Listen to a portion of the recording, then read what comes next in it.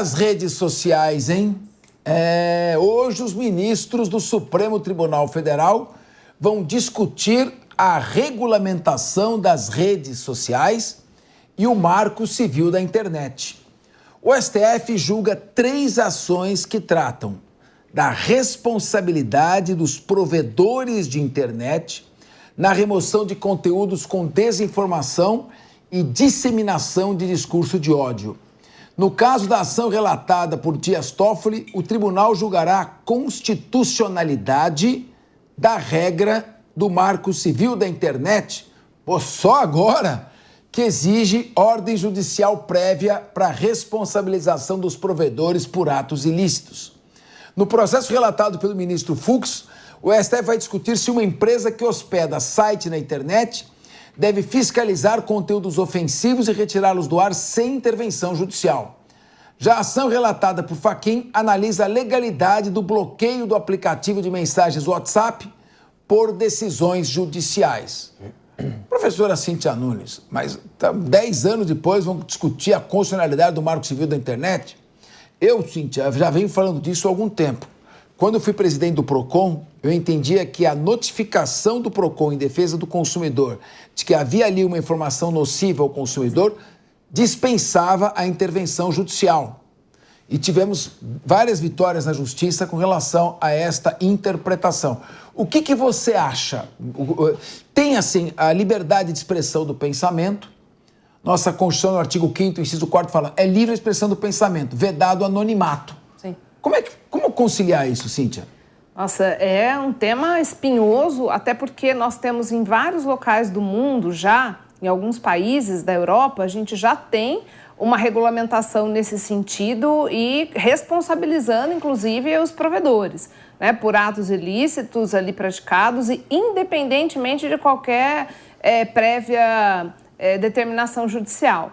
Aqui no Brasil, realmente, é um pouco tardia essa análise de uma lei que já vem produzindo seus efeitos há bastante tempo. O meu receio só é que o julgamento dessas ações, ela venha num contexto, não da liberdade de expressão, mas venha num contexto político, onde se mistura um pouco as coisas, né? Porque o que vem sendo tratado aí volta naquela questão de fake news, uma série de coisas. Então, o meu receio é que resvale um pouco nessa questão mais ideológica. Mas, juridicamente, precisa ser decidido e eu penso que não precisaria de prévia determinação judicial.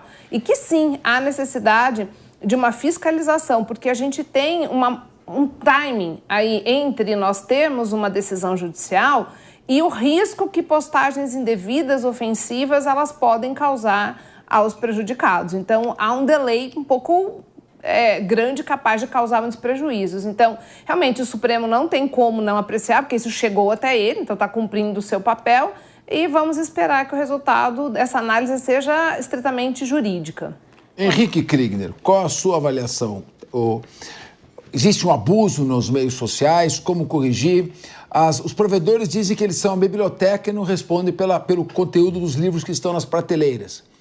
É bem assim ou não? Um ponto que é de destaque aí, né, Capês, é essa reavaliação se cabe ao Poder Judiciário decidir sobre o banimento ou a interrupção aí do WhatsApp, por exemplo, que é uma plataforma que é considerada na sua essência como uma rede social, mas que não é simplesmente uma rede social. É a principal forma de comunicação, né, de trabalho e todos os outros vínculos que as pessoas têm. No Brasil não se usa SMS, até porque muitos pacotes de SMS, historicamente, sempre foram pagos e pagos caro, né? Então, as pessoas usam o WhatsApp. E aí, por uma determinação, por uma questão de conflito ali, logo cai por terra. E aí você não consegue mais... Tem gente que depende disso para fazer agendamento de consulta, enfim, de tantas outras coisas que são serviços essenciais. Isso vai entrar na discussão, mas a gente tem pouca esperança, infelizmente, de que essa plataforma acabe sendo respeitada.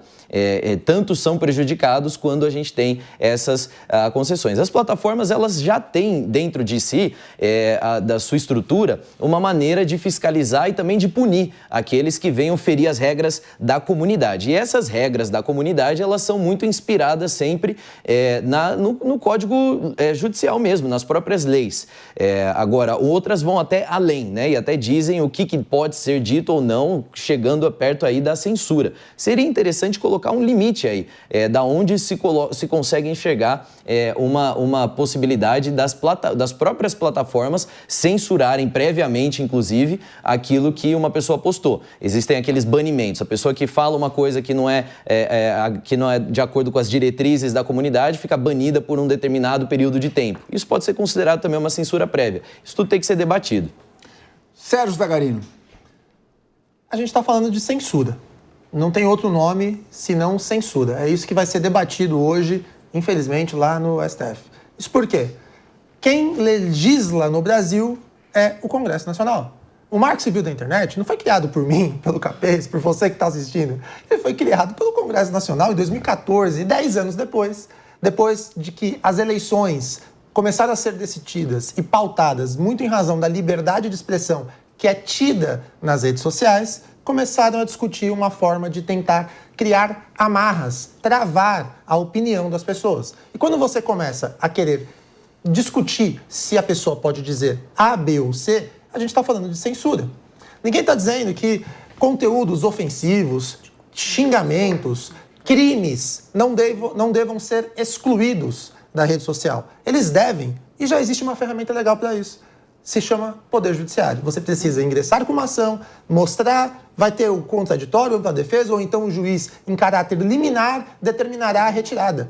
Você está querendo dizer que a incompetência da celeridade do próprio Poder Judiciário para fazer com que esses crimes, esses abusos que talvez sejam cometidos nessas plataformas não são retirados, agora seja jogado no colo de toda uma sociedade em razão de uma censura prévia. E censura prévia nada mais é do que você proibir a pessoa de se manifestar.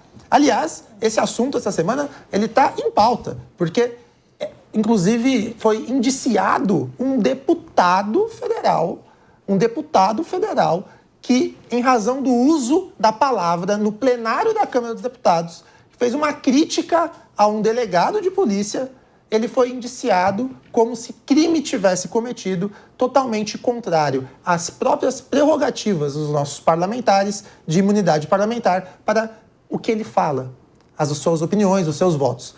Pois bem, onde eu quero chegar? É muito preocupante essa decisão que vai ser tomada hoje no STF, que não tem sequer legitimidade para isso. Se você quer discutir regulamentação de rede social, passa no Congresso. Aliás, tentaram. O que o Congresso fez? Falou aqui não. Nós não queremos. O Marco Civil da Internet é o suficiente. Espero que os ministros do STF tenham esse bom senso também, não queiram legislar, afinal de contas eles são do Poder Judiciário, eles confundem muitas coisas.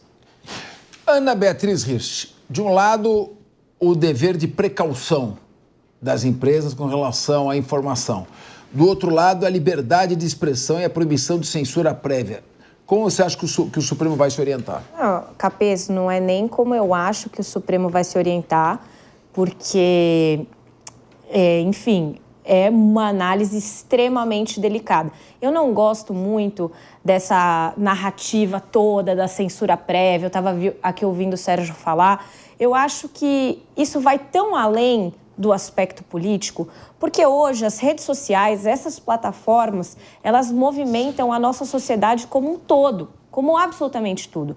Eu não sei se vocês vão se lembrar, houve a história de uma moça que, por conta da propagação de algumas mensagens falsas, acabou se suicidando. Sim. Então, assim, eu gostaria muito, mas muito, que a sociedade e o STF conseguissem despolitizar essa pauta para que se chegasse a um mecanismo que fosse capaz de evitar que coisas como esta acontecessem. E nós não estamos falando só de mensagens em período eleitoral ou de discursos de A ou B ou de C, porque eu acho sim que cada um tem o seu livre direito a se manifestar. Mas a gente tem uma questão que é a propagação de informações falsas. E o Sérgio Zagarino me chama muito a atenção que coloque isso dessa forma, porque ele é advogado. E ele sabe a morosidade que temos para, mesmo que seja conseguir uma decisão liminar. muito mais para conseguir um pronunciamento judicial. E muitas vezes a pessoa que está sofrendo uma notícia falsa ou as consequências dela não tem todo esse tempo. Claro, deveríamos ter uma justiça mais célere? Sim, mas a gente está falando do mundo de hoje, não do mundo do dever ser. E o STF, como guardião da Constituição, precisa analisar isso. O ponto fulcral que vai ser debatido é o artigo 19 do Marco Civil da Internet, que é uma lei de 2014. Quer dizer, só mediante ordem judicial é que a plataforma, o provedor, tem que retirar o conteúdo que está disposto na rede social ou não. Ele tem o dever de fazer esse autocontrole. Essa é uma questão que tem sido discutida. Vamos dizer que ele tem o dever de fazer o autocontrole. Eu sempre adotei uma posição intermediária, né? Órgãos ambientais, órgãos de defesa do consumidor, administrativamente, poderiam notificar as plataformas e aí a plataforma não tem como alegar que não tem conhecimento. Não precisa engessar a ponto de vir uma ordem judicial. Acho que isso aí preserva muito o mau conteúdo que está sendo disseminado. Agora, por outro lado, se ela tiver o dever de fazer esse controle, como é que ela vai fazer esse juízo de valor? Tem coisas que o sujeito que propaga, por exemplo, a defesa explícita de crimes raciais, isso é um crime, está na lei. Explicitamente pratica ofensas contra a honra ou dissemina informações claramente falsas. Agora, o que é isso e o que é uma opinião? O que é o direito da pessoa ter uma opinião com a qual eu não concordo? Como é que a plataforma vai fazer esse tipo de gestão? Essa é a minha dúvida, Cíntia. É uma situação difícil, mas existe, como a gente comentou aqui no começo, que há as políticas próprias da plataforma, né, a proibir determinados tipos de conteúdo. O que me causa um pouco de assombro é que às vezes a gente tem notícias de alguém que postou uma coisa inofensiva e por conta de denúncias internas ali à plataforma, o perfil cai, é derrubado, e em coisas mais sérias a gente não vê a mesma. Então é o que o Capês está falando, quem é que vai medir isso, né? Como é que a plataforma vai ter esse bom senso, eventualmente? Como é que a gente vai poder fazer uma fiscalização do que ela vai considerar como adequado ou não? Eu acompanhei, nos Estados Unidos, eu estava estudando, teve 2 julgamentos em estados diferentes, em cortes de estados diferentes, em que um lugar se entendeu que havia, e é um país onde a gente tem as críticas que houver, mas em que se propaga ali uma liberdade de expressão, em que houve locais onde a plataforma era responsabilizada e outro que a Suprema Corte entendeu que não, né? Então, não se entende isso no mundo de uma forma geral. Mas é realmente uma coisa complicada. Acho que talvez, a título de ficarmos aí no meio do caminho, houvesse uma regulamentação para que, havendo uma notificação de órgãos específicos, como o caso PROCON, ou até mesmo de uma delegacia, houvesse uma prévia retirada para análise, uma suspensão inicial desses conteúdos. Não dá. Mas é complicado também. Não dá, Cíntia. Sabe por que não dá? Qual será o órgão que vai falar ali o que é verdade e o que é mentira? Para você conseguir identificar se algo é verdadeiro ou não, você precisa passar por uma fase de instrução probatória. E aí um juiz, detentor do chamado poder jurisdicional, ele vai conseguir criar ali o juízo de valor. Mas não demora muito aí, você... Zagarino? É que você a gente tem que fazer o quê? Você está em cima só de questão política. Não tô. Pelo contrário, questão jurídica na prática. Você não dá tempo também do PROCON fazer essa notificação. A delegacia muito menos, não tem nem braço, não tem nem ferramenta para isso. Mas aí eu acho que... A gente tem que só entender uma coisa. Quem diz se algo é verdadeiro ou não tem que ser mediante a justiça. Não dá para você ter um órgão que vai falar o que é verdade ou mentira no Brasil. Não tem como. Isso é uma censura prévia. Existe...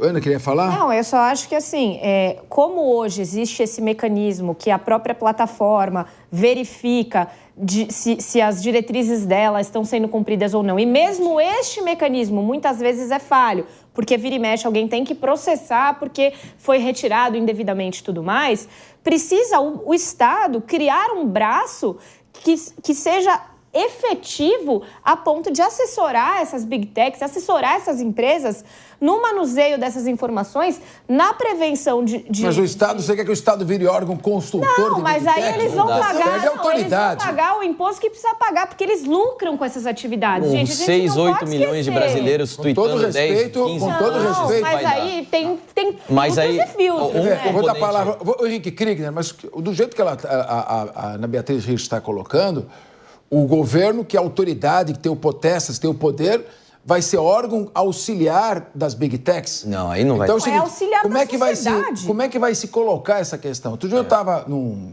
último fim de semana, até constrangedor, num almoço, tinha lá, começou a falar de futebol. Eu já não gosto, começa a falar de futebol, de política, vai estragar o almoço porque vai dar confusão. E um cara falando, o Palmeiras é campeão mundial, foi campeão mundial em 1951. O outro, corintiano, tirando sarro, falando que não. E tal. E quem tá mentindo? Começou a partir para isso. Você tá mentindo, mentindo, mentindo. Aí chega pessoal. Bom, se foi embora uma amizade, e eu passei a maior vergonha, tive que separar os dois ali, o garçom me conhece, tudo, pedir desculpas. Então, vamos dizer um tema como esse, começa a pipocar na internet.